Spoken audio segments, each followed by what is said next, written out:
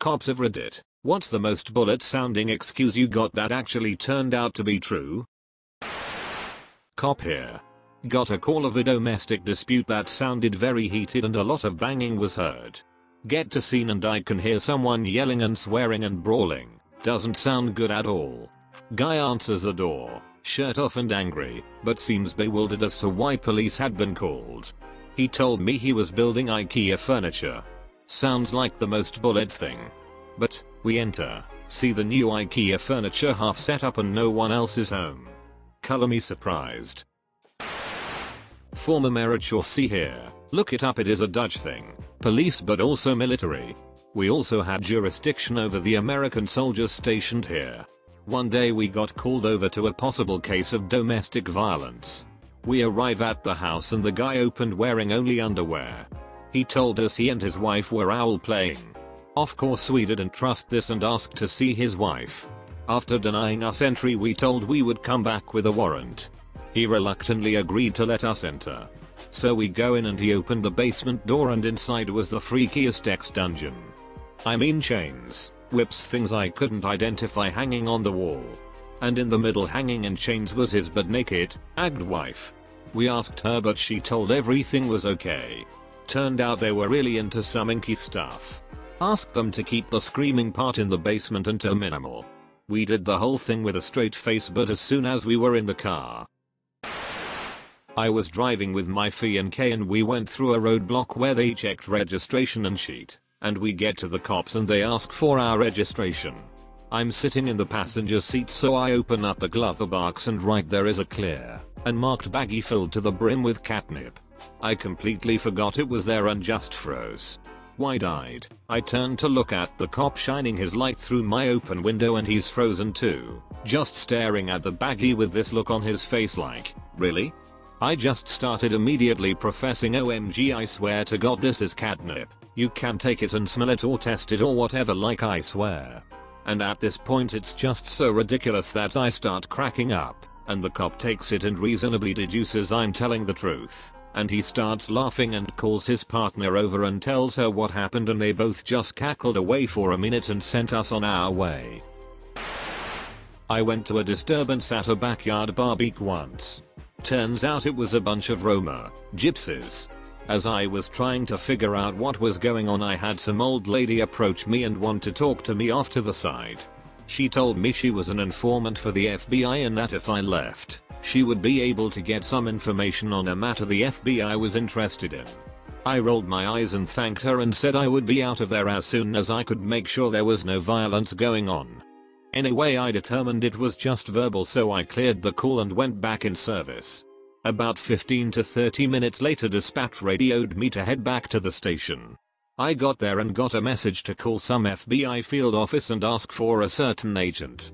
I called and sure as shit this agent said he understood I spoke with his informant and wanted to know everything she told me. Blew my mind.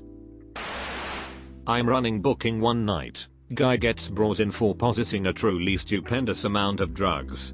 I'm talking like 2 Rubbermaid totes full of shrooms, a huge bag of weed, and enough heroin to overdose half the county. Well, says he, I'm a informant and they told me to make the drop so they could be there and raid the crap out of everybody and let me go for helping. Hurry. Face left please. Guy is like I'm telling you dude. They're gonna be super pissed that you country tard strict up thigh bust. Whatever, get in the holding cell and shut up. About 3 hours later 3 guys show up, D agents. They're super pissed that our deputies fricked up thigh bust. I go back to the holding cell to let the guy out, and he's just like, they're super pissed huh? Yeah? Told you so. During a search of a person I pulled out a bag of a sticky dark substance consistent with heroin. The subject had multiple drug priors and is a known heavy heroin user. He immediately tells me it is burnt sugar and he is pissed someone sold it to him. Long story short when I tested the substance, it did not test positive for heroin. No cops are posting in here anyway so I'll throw my hat into the ring as a defense attorney.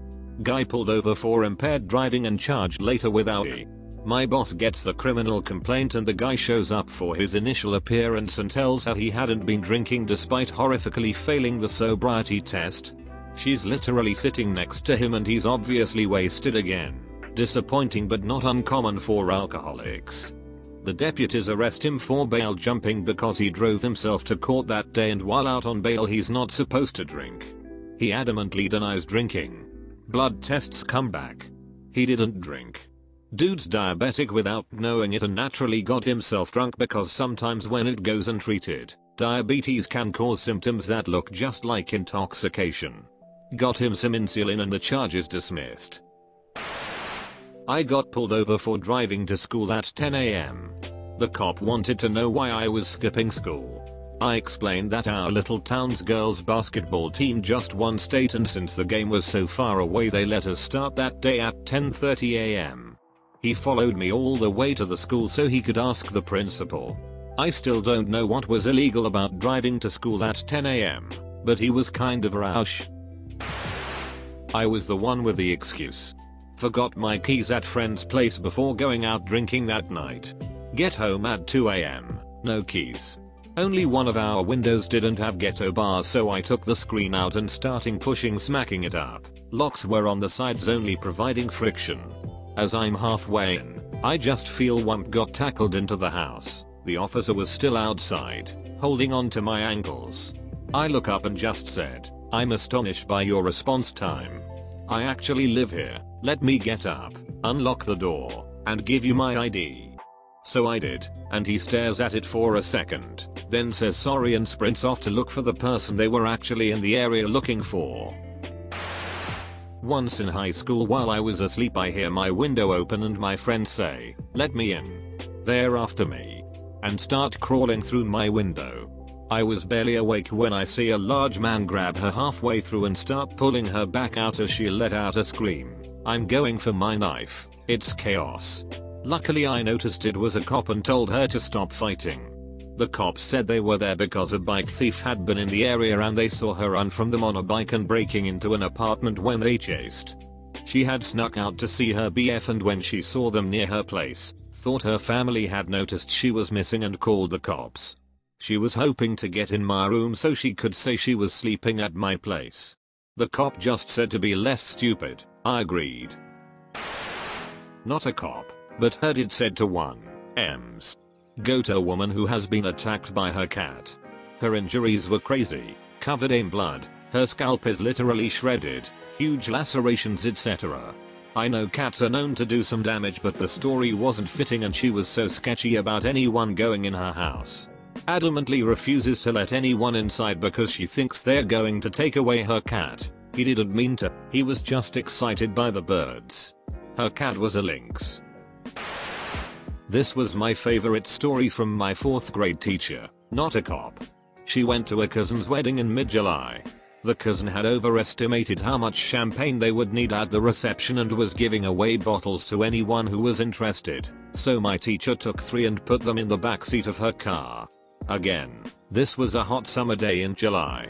After saying their goodbyes, my teacher, her husband, and her parents piled into the car and pulled out onto the highway, where 2 bottles burst open, spraying champagne everywhere and causing quite a ruckus.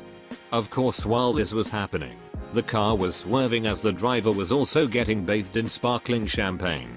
So it came as no surprise that as soon as they collected themselves, they saw the familiar flashing lights of a state trooper and pulled over. According to my teacher, the first thing the cop said was, "I'm not gonna ask if you've been drinking because I can smell it from here." My teacher tried explaining what had happened, but the cop wouldn't hear of it and ordered everyone out of the car.